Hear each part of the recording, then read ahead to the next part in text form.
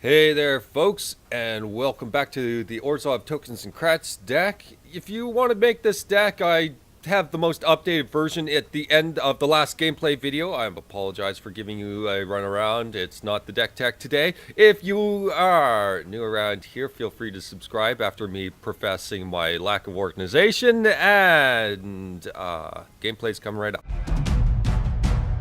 Alright, we're against Dornstar 66. We're on the play. And I ran out of regular tea and I'm drinking chai today. Ugh. I suppose this has got stuff, doesn't it? Sure, okay. Let's start there. As for how do we get this stockpile online? Who cares? Who cares? We can get there eventually. We see some green to start. Ooh, isolated chapel. Okay, that's starting to make things go. Eily then. They're starting green, which, I mean, could be something to let your defenses down. Hard to say. We'll see. We'll see what their second turn play is, if anything. It is nothing. Okay, well, that's something. Alright then, let's send in Eily. Anything come of it? Absolutely nothing comes of it. That potential slow curve gets to me a bit, though. Also, this... whatever. I was thinking Rex Sage. But whatever. They want to invest their next turn in Rex Sage by all means. So I'm not that worried. And the Rogue's Passage. So this is monogreen ramp stompy thingy, or just monogreen stompy.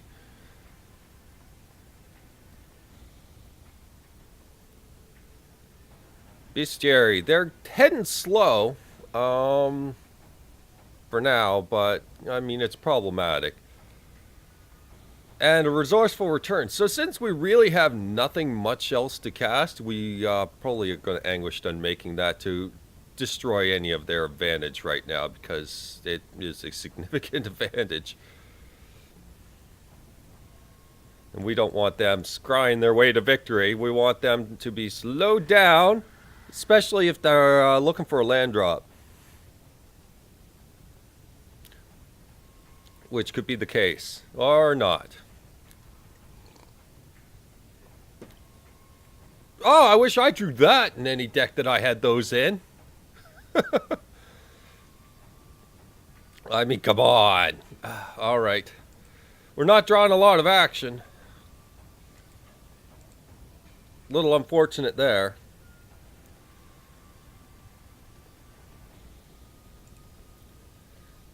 So I guess we'll just keep the train running then, and just the train of one. Oh my goodness.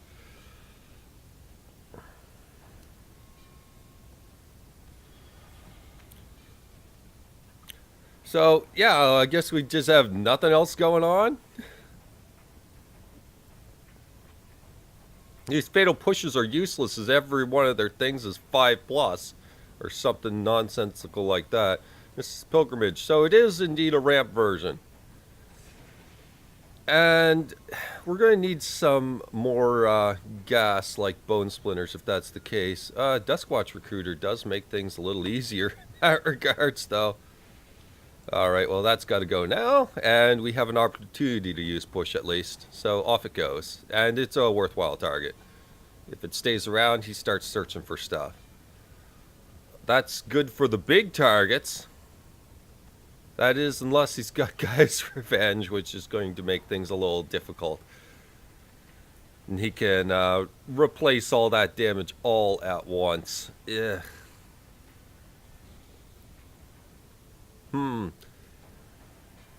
Bestiary is unpleasant, to say the least, that's for sure.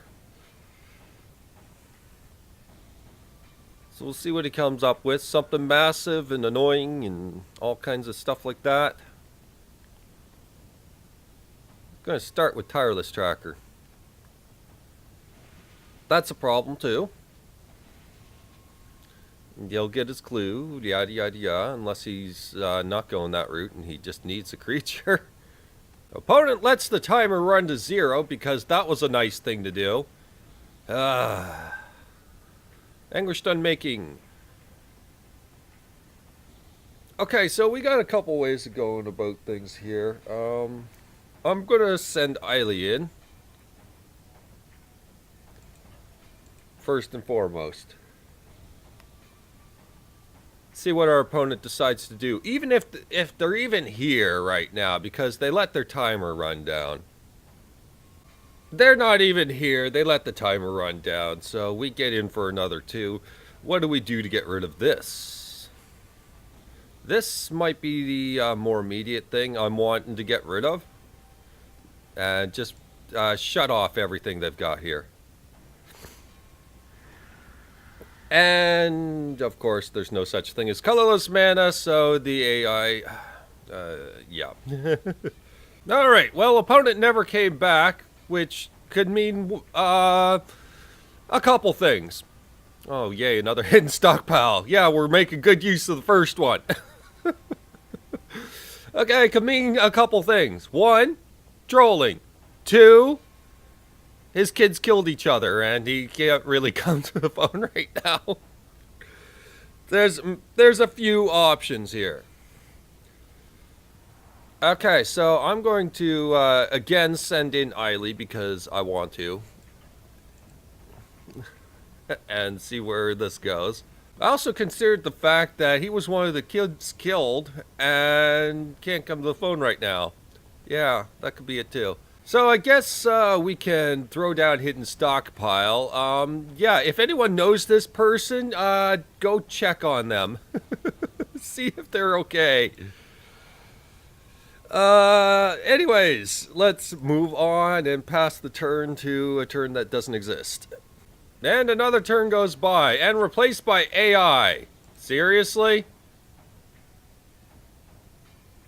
Is that what you do now? Okay, let's send in the Eiley. Let's see what our opponent that's alive says. Gonna go that route. Get rid of the tireless tracker anyway, in one way or another. Yeah, I do want to bring Eiley back now. Just in case something mean comes along. So we'll do that. And now we have stockpile active for the big boys as they're going to come out. So that's good. A pair of bone splitters ready for any nastiness. Some declaration in stone, some real big nastiness. And Sylvan Advocate is big enough. I'm glad we got rid of these then. Because it might be just some mid creatures. Yeah, okay, it's intending to spam off bestiary. Draw a ton of cards. Okay. Well, that's all cleared up. An additional land? What have you? Prowling Serpapard. Okay, so that's 2 guys we've got to get rid of. It seems that he's a very spammy deck, so we're going to go with that plan of just killing these guys off. So off you go. 1 down. I suppose we do have the fatal push for the single target, don't we? It's probably a smarter plan to get rid of it that way. Although, instance... oh, whatever. Let's just kill it. And we'll send in the rest for a potential trade. No blocks means that we get ourselves a couple tokens for free. A block is still fine. And it's going to be a trade. Get a couple more points in there. And the hidden stockpiles reactivate. And giving us some more gas. For more bone splinters, more flesh bags, all that good stuff.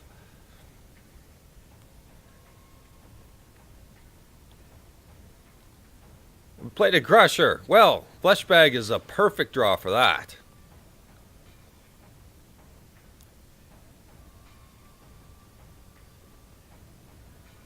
And an additional swamp. Alright, flesh bag. Use the ether hub, please. And we'll get rid of that thing.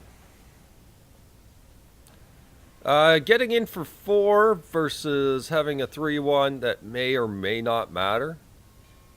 It's not going to win the game either way, so let's do it this way. We'll get to go wider here in a bit anyway, so it doesn't matter too much.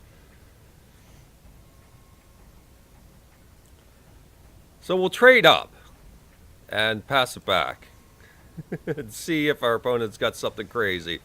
We have the go wide plan. We had most of the kill spells. Plated Crusher any earlier may have been a little bit of a problem, but we're mostly okay.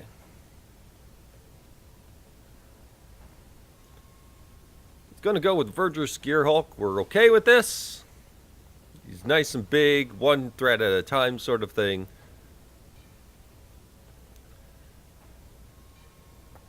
So that's something we can target, so it's not a big deal that way. Any additional threats, or are you all super high casting cost? Well, I mean, it's a nice balanced casting cost. Crocodile of the Crossing. No big deal. I don't know, putting the counter on the Gearhulk is also a good plan, so both your guys trade. Just call me crazy on that one. Either way. We'll just clean up the mess and call it a day. And one of these. And done. Unusual set of cards and circumstances there. Well, I mean, we got there either way. Very unusual game. Where the opponent just kind of left, but I don't know what the end of that was. A purposeful disconnect, an accidental disconnect. I don't even know. It was a little weird for me. Moving on to the next game. Alright, we're against Richard Kirchner, 32. And they're on the play, okay. That we can't keep. This we can keep. It's got some broad removal tactics, unless we're up against Super Friends, but it looks like it might be aggro, so we should be okay. Unless it's vehicles, in which case we might actually have a challenge ahead of us. So with that, I guess we go get our... Oh, what do we get here? I suppose... Well, we have so much double black, it's... Get our white. We have at least one card, 2 cards in hand that could benefit from white, so we'll go from there. As for vehicles, if we run into the vehicles plan, it's Jeskai, Reckless Fireweaver. Okay. Well, this life gain might be a good hedge, so let's hang on to it. This cast out is potentially pretty good too. So Jeskai... Clearly artifacts in some way. Thopters. Yahenni's expertise is good. Alright. So, we'll put down Idly then. To set some beats in for a little while. I want to try and get ahead of them before Fleshbag is useful. Or a Declaration in Stone's pretty darn useful too, but it could also get rid of the Thopters. So I'll use the Marauder while it's still useful to get rid of these. And that should help. So we'll send in for some beats. He's tapped down, so there's no tricks like killing my Marauder in response. So we're going to do that. We're going to get it down and get rid of one of these. because the opportunity came along. There we go.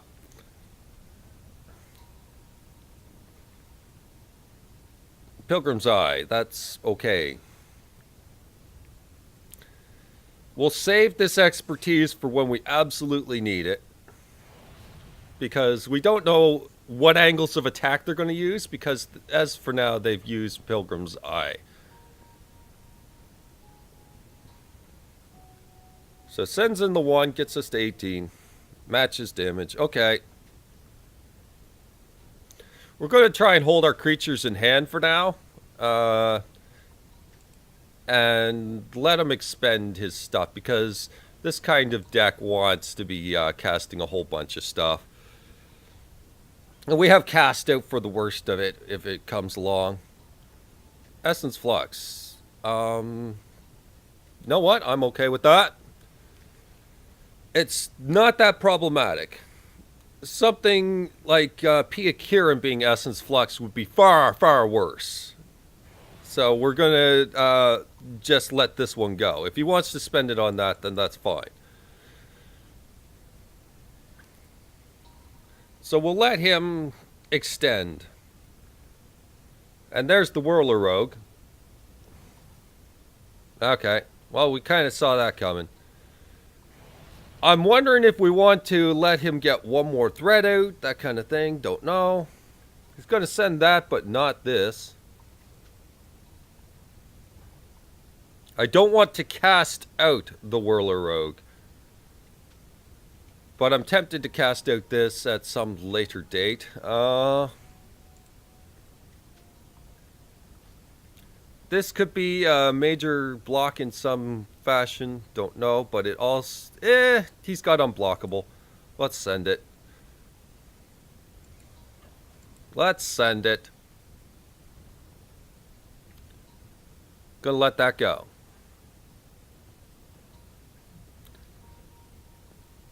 Alright, so now we're going to watch for the cast out. Maybe cast out that. Maybe. Depending on...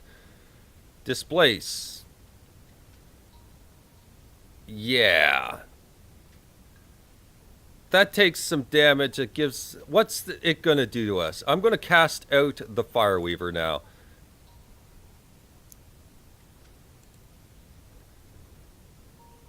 If it's not on the table, then it's not doing us damage. Our expertise will still be useful.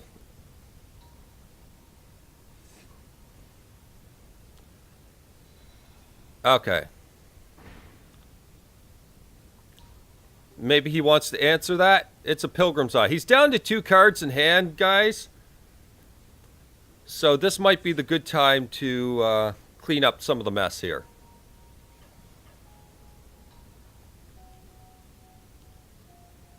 Yeah, I think an expertise will do good here.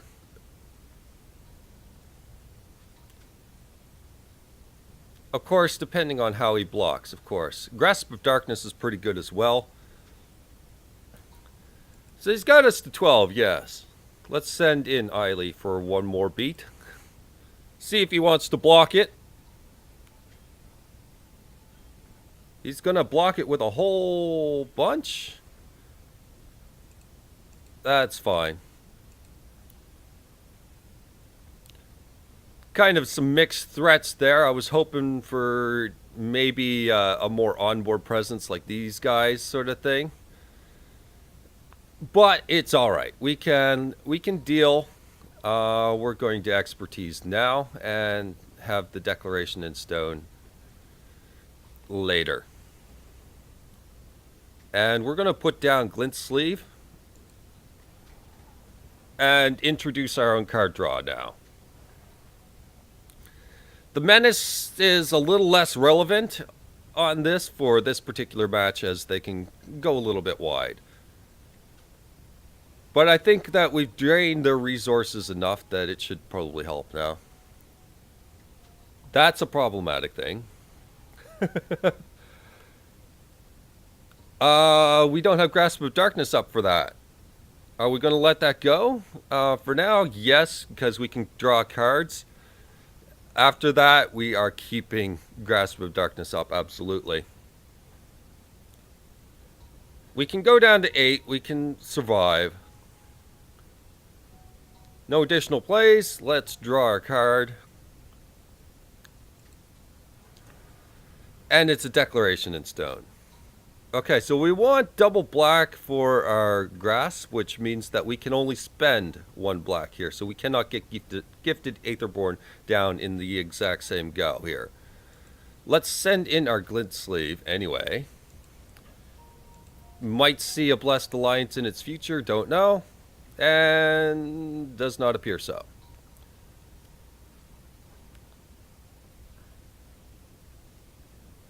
Alright, then we'll put down Copter.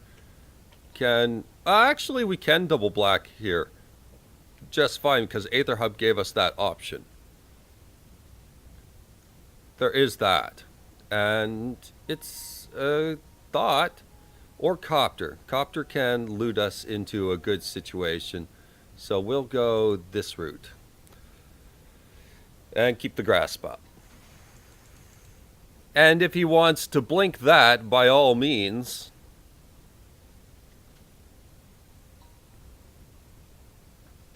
Of course, if it ends up being something, say, Long Road Home, it might make things a little more challenging.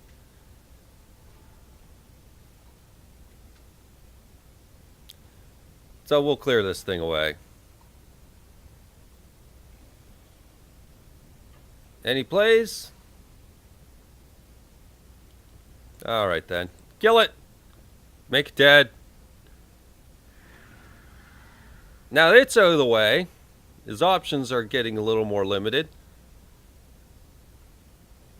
He's got 3 cards in hand and we don't know what they are. There's another black mana source. Alright. That's a good thing. Their declaration in stones are pretty good as well. I'm going to put down Gifted Aetherborn. We're going to attempt to attack in. Spell Queller.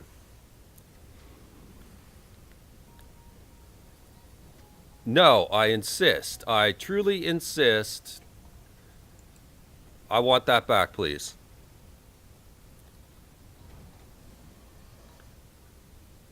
And cast that.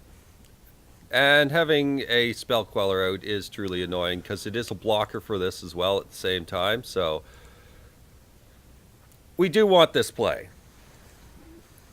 We're going to loot, but actually using the deck in stone now, it's one of those situations where we may not necessarily keep what comes. And it's another Aetherborn.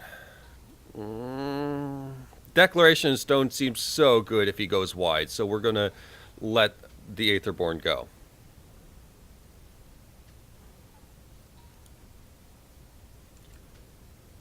Pass it back.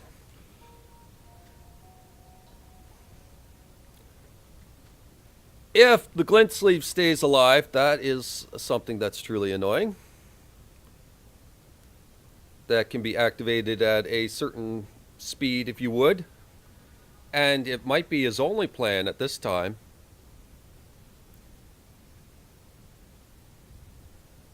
Lossie's using it to fake an Avacyn, but we'll see. If he activates it, then suddenly we're in a better way.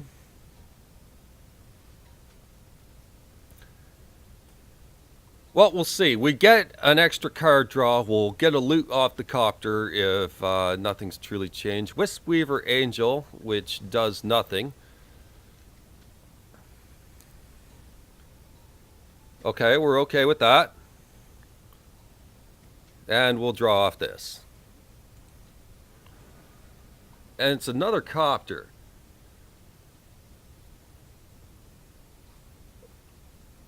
Now, do I want to diversify threats, have 2 aerial things when Copter's involved? It seems like a good thing. Let's get rid of this.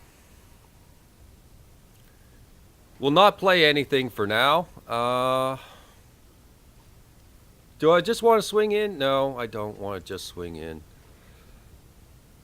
This game's probably going to be decided before Glint Sleeve gets anywhere, but I do need the life gain. I really need the life gain in case something surprises me. So let's not be surprised. And it's going to be a never. Straight never versus things like Wisp Weaver. Let's just keep our options open. I'm going to ditch this plains. This will get him down to 4. And us up a little bit. So now we can play the copter. And now we have a couple threats in the air, deciding this a little quicker.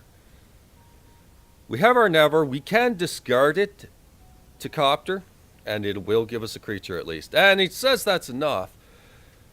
I feel that that's probably the truth. It doesn't play anything. Probably got all blink spells in hand, if I were to guess, and stuck on those. So, yeah, all right, cool. We got there.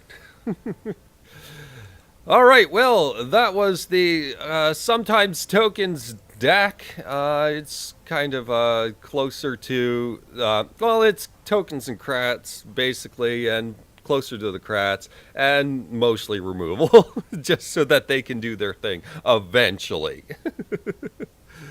So, hope you guys enjoyed. There was no changes since last video, so there you go. That's basically the deck, and I'll see you later. Next week we got a subscriber submission. He says it's a tier 1 deck. We're going to put him to the test. All right, see you there. Bye-bye.